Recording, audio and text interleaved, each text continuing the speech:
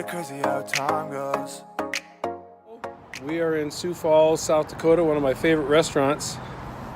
There it is, Nick's Gyros. Gyros or Heroes. Heroes, I don't even know exactly how to say it. It's awesome. And I was just informed the word for tonight is phenomenal. Phenomenal. Hi, I'm Doug Snyder, Intimacy with God Ministries. This is Sunday's Thought Conditioner. Tonight's word is phenomenal, and the reason why it's phenomenal is because we're at a phenomenal restaurant eating phenomenal Greek food.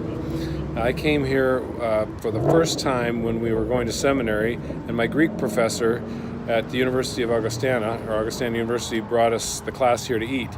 And every time I come here, I eat. Wow, so what a day. What a phenomenal day in Sioux Falls. Nick's Gyros, walked them all.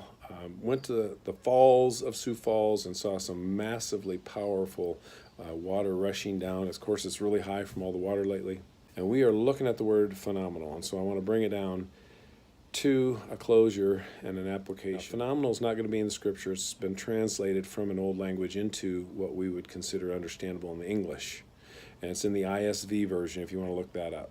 That'd be similar to the RSV, the NASB. The authors of the ISV chose 4 verses to translate the word into phenomenal for us. Phenomenal. Once is in Genesis, where the Pharaoh is describing his dream to Joseph, and Joseph says there's going to be 7 phenomenal years of abundance in Egypt, followed by 7 lean years. The second instance is really one. It's 2 verses. It's Ezekiel 27 and Ezekiel 28, when there's a prophecy against here, for it's a phenomenal wealth and abundance, but it's also its phenomenal pride and boastfulness.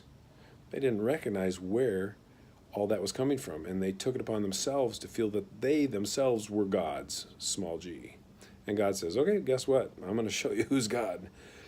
And the third thing is, in Hebrews, the New Testament writers reflecting back on the Israelites and Moses, when God shows up and on the mountain, and there's darkness and there's power, and it trembles and it's swirling, and Moses is in terrible fear, phenomenal fear of God. Not because God's so evil and mean, but because God is so loving and powerful. And there's this sense of reality that hits. If there was any sense of growing pride in what Moses could do, it was gone, because God is the real deal. So how can we apply the word phenomenal to our life? If we put all those thoughts together, let's just say that we need to be phenomenal. Can be used both in the sense of abundance and wealth and architecture and craftsmanship and grace and blessings and joy and peace. You think of heaven. Heaven has all those things. I mean, streets of gold, walls of jewels, gates of pearl, wisdom, peace, happiness, righteousness, phenomenal abundance. And yet while we're there, we will know a phenomenal God. We need to walk humbly on this earth. He is the giver of all that abundance, all that phenomenal abundance. We also need to remember that the other side of phenomenal is that discipline side, where God is the giver of that, and he wants to be recognized as the giver. And if we forget that, we will have phenomenal fear when he disciplines us.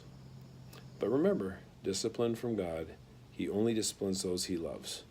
And so the discipline that comes from God should not make us grow weak and finally faint away, but rather in that fear we should be gaining strength and courage, knowing that God is doing this for our good, and so we walk through that into a victory. Phenomenal. I'm Doug Snyder. It's Intimacy with God Ministries. I'm glad you joined me. Thank you. Please like, share, and subscribe to the channel, and we will see you next week. Wow, was it good? Phenomenal. This is phenomenal. Phenomenal. Phenomenal. Sam.